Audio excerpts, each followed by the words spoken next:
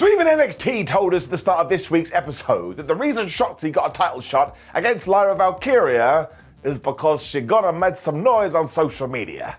What? So I know I go on about this way too much. I don't know why I care. I mean, I watch wrestling and I'm just so laid back going, woohoo, it's so much fun. But we all have bugbears, we all have pet peeves, and wrestlers going up to champions just going geese title shot, the champ going, absolutely, my friend, for whatever reason, irks me. I mean, if it is this case, why doesn't every wrestler do it? Although I guess they do. So it is a down right out of the gates. Yes, I need to go and get real problems. Later on, it is going to be Shotzi versus Valkyria. Also, hello, my friends, and welcome to Ups and Downs. I mean, we don't need an intro. I've already gone off one. Let's go. We did switch gears right after this, though, because Femi and Lexis King were already in the ring. We were going to have a North American title match. Now, this Femi is properly good because he just grabs people and throws them around. And if you are looking for the next person who could have end-of-level boss energy, well, I think we found it. Now, he did screw himself over a little bit because he got way too excited and went in to Rita the ring post, and Lexis King jumped on this as if it was the meaning of life. Makes all the sense in the world. They should basically teach it in science. But then had this weird cutaway when we saw Robert Stone and Von Wagner watching this from the back, and Stone went, listen man, I just got to leave, and Von was like, where were you going? Well, I tell you where he was going. He was going to ringside because he was still mad about what King had done 7 days ago, meaning he had just stewed on this for a week, and at this juncture decided, you know what, I'm going to take care of it right now. Thank goodness somebody was filming this too, otherwise it would have made no sense. And of course, when King saw him, he pushed Stone to the ground, which was a stupid idea, because when he got back in the ring, he got hit with the bomb of power. 1, 2, 3. What an idiot. What's kind of interesting though, because this was sort of NXT protecting Lexis, so they must have big plans for him. When it comes to Femi, you don't really need finishes like this, because he's so damn big. I enjoyed this though, especially because I think everybody involved here is only going to get better, which don't forget is the point of NXT. Thea Hale was then upset that Riley Osborne hadn't messaged her, and when she was talking to Jayne, Jacy was like, well, you didn't listen to me, did you? I was like, you were the problem here in the first place. Basically though, they had gone on this date, and Thea had acted a little bit too off the cuff, so Riley was like, oh well, I must have pissed her off, I'll go over here. Amazingly, it was Arianna Grace who walked in and was all like, listen, actually, I can see where you've gone wrong here, when I think her name was Jasmine Nyes, was also being on Jayne's side. Now look, maybe I've missed Jasmine before and I've gone crazy, but I swear random people just turn up on NXT. Jayne tried to defend herself as well because that's not what she meant, so now they're going to have a match later. And once again, I am giving this a down because I had convinced myself that we were going to get a date on this week's episode of NXT because we didn't get it last week and there was nothing. This made me so damn sad in my Tootsie Toes, and Valentine's Day date is perfect for the full NXT. Like I say, we got 0. And because I am a petulant child, let's get them down. We then saw Lyra Valkyria and Tatum Paxley kind of falling out, but kind of not. Because Lyra was all, listen Tatum, as long as you stay in the back, I will give you something next week. This is the worst relationship ever, because you know that she is stalking you, and you know she's going to make your life hard, so rather than report her to the police, you're trying to benefit her. I call it right now, this is going to go very bad. It also means we do basically have another team that can't coexist, when this was followed by another team where the tease is, can they coexist? However, this was our brand new tag team champions, Bron Breakker and Baron Corbin, and listen, they are so damn good together, they should be on every single show, and when they don't turn up, other people should be going, where the hell are the Wolf Dogs? They also started falling out instantly because Baron was like, do you remember that time I beat you? And Bron was like, the only reason we are champions is because of me. When Chase, you walked out to interrupt. And don't forget, last week, it kind of looked like they bribed the D'Angelo family. And they talked about this too, because they were like, oh, the former champions promised us a tag team title match, and now we want it from you. When Nathan, Frazer, and Axiom also interrupted, and they said, nope, that's not how it works. We want the title shot. I'm sorry, look, you two are incredibly talented, but your win-loss record sucks. Ava Raine totally agreed with this as well, because she walked down and said, listen, here's what we're going to do. Whoever is a non-champion is going to have a tag team title match, and you will become the #1 contender. When we cut to the back, and listen, we are definitely turning Roxanne Perez heel. She's just so mad that people keep getting title shots before her and that people from the main roster keep coming down, because anytime she has a bit of momentum, somebody screws her out of it. Kind of true. Now listen, come the main roster, of course, Perez should be a good guy because it's such a natural fit, but this is another benefit of NXT. Every single person on the roster should be playing all the roles, because that's only going to help you get better as a character. I thought this was fine. In fact, I thought it was good. Let's see where it goes. Especially because she then went to the ring and she beat Wren Sinclair. This was of course after last week where Wren had dared open her mouth and Roxy wasn't into that. And the best part of Perez, like I've already told you, is because she is a bad guy, now with her in-ring work she's got a little bit more edge. Not Adam Copeland. This was a proper mauling too, to the point Roxanne hit the pop rocks and she had the win, but she picked Wren's shoulder up at the 1-2-ooh. She then transitioned right into a crossface because she wanted to do ultimate damage. Sinclair taps out. You don't have to worry about Wren Sinclair either because it's very early days and she's going to be totally fine because she does get it. And yeah, this has worked. I'm intrigued about Roxanne Perez. Give it up. The No Quarter Catch crew then found the metaphor and basically wound up Noam Dar saying, oh, you're going to have to face one of us for the Heritage Cup, but we're not going to tell you who.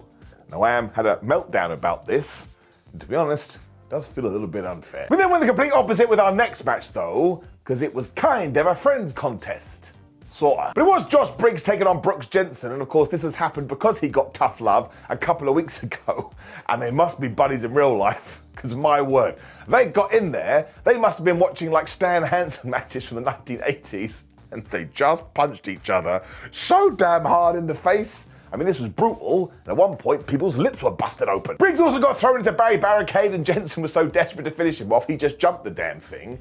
When they got back in the ring, and that's right, it was more just barrages of punches and clotheslines and lariats. And at one point, if somebody's head had come off their body and rolled to the outside, I'd have been like, well, what were you expecting? Josh also started to shout, I'm doing this for you, Jensen. I was like, bro, that is not going to hold up in court. And then later on, he was also telling him that he loved him. So I was like, man, this is emotional manipulation. Briggs eventually was able to decapitate Jensen, so he got the 1, 2, 3. But seriously, you've got like 8 minutes today, and you just want to see two bulls try and massacre each other. Do I have the match for you? And I think they're still friends after this, but who the flub knows? But then had the best thing that's happened in ages, because we cut to Dijak, and he still had Joe Gacy in that straitjacket. So a week has passed, and nobody has bothered to help him.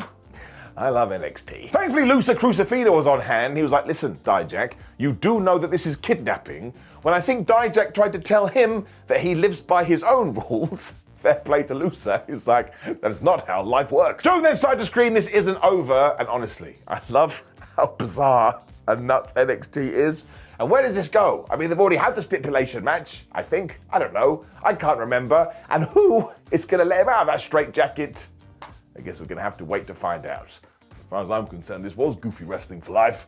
Carmelo Hayes had also spent this week making this really cool video, and I actually thought this did better than what he did last week, because now his big thing is, I did to you, Trick, what I knew what you were going to do to me. Because look at all these photos I have compiled. That's right, it's Carmelo Hayes supporting Trick Williams. I never trusted you from the start. So maybe somebody did realise that we needed to flesh this out a little bit, and I think it gave it a proper extra something, which is always good. And we also got another one of these tease videos about the man in the mask, whatever the hell that thing was. And look, given what's going to happen in about 5 minutes, I still think it's Tama Tonga. Of course, I could be completely wrong. Which is when Jacy Jayne beat Arianna Grace, because those two had fallen out, because Arianna had given advice to Thea Hale. Another reason why I like NXT. We're definitely teasing something too, because Jacy threw Grace to the outside and she wanted Hale to attack her. And when she didn't, Jasmine kind of pushed her out the way and was like, well, I'll do it. Which is when they put her back in the ring. That essentially got Jacy Jayne the victory. Dun, dun, dun. I mean, Jayne basically just smashed her right in the face. And I was a little bit like, man, you did all that hard work with the calendars. And now you're flushing your goodwill down the toilet. Hale played this up like she wasn't happy either. And later on, she's going to find a new friend. But I think we should actually eke this out. Because when it comes to the story, well, you've got a lot of depth in it. So once again, we shall keep an eye on this one, but I'm giving it an up. It intrigues me. D'Angelo family then told Tony D he should become the Don of NXT. And I was like, what does that mean? I mean, I guess he could go after the NXT World title, but he's got some winning to do. We also saw Chase U coming to the ring for their match, and we saw Chase U leaving the ring because the other lot had just had a match. And this was basically so Ryla Osborne and Thea Hale could pass each other. And look, we will fix this relationship eventually.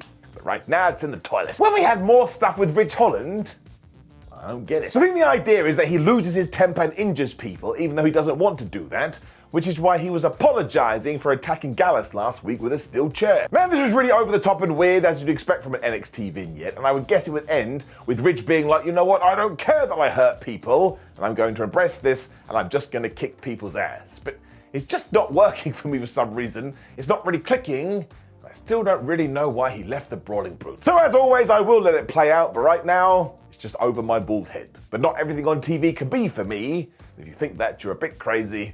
But down. When we had our number one contender match with Nathan Frazer and Axiom taking on Jacy, I thought it was pretty good. It was proper back and forth stuff too, with Nathan and the Axe just reminding you they are crazy.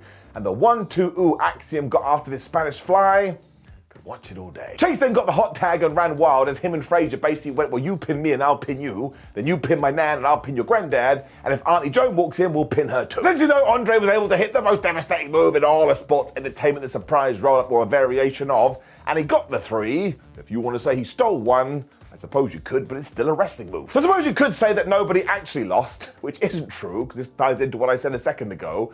When we were done, Gallows and Anderson just appeared from nowhere, and they wrecked the entire field. Oodalally. I was genuinely surprised, and yes, this is why I think it is going to be Tama Tonga, because if you go on your Google machine, you can see how this does tie in, as well as somebody like AJ Styles. But listen, I was just pleased to see Gallows and Anderson back. They haven't fought in absolutely ages. I don't know why, but when you throw it all into a little pot, I'm giving it an up. Gallows and Anderson are really good. Ilya Dragunov then told Carmelo Hayes he better come and face him next week, because of course they do have beef, which is when we saw Fallon Henley and Thea Hale basically become friends, because they're both having a crappy time at the minute. They also talked about the bad date, which means Hale finally had a shoulder to cry on. You can kind of see what we're doing here. We shall do a tag team match, I presume, after Jacy Jayne screws over Thea Hale. Then we have to get Riley Osborne involved too. It's going to be like a soap opera, this. Don't tell Sheamus. When Lash Legend defeated Kelani Jordan. Now, we've talked about this before, so I don't want to waste your time or my time. This was one of those matches that we have to give to NXT wrestlers because they need experience, and it seems to make sense to do it on TV, because then you get even more experience still. We also had a proper WWE finish because, of course, Jakara Jackson helped her friend Lash Legend, which means Lash was able to hit the big old chokeslam, and she got the 1-2-3, and this will tie into something.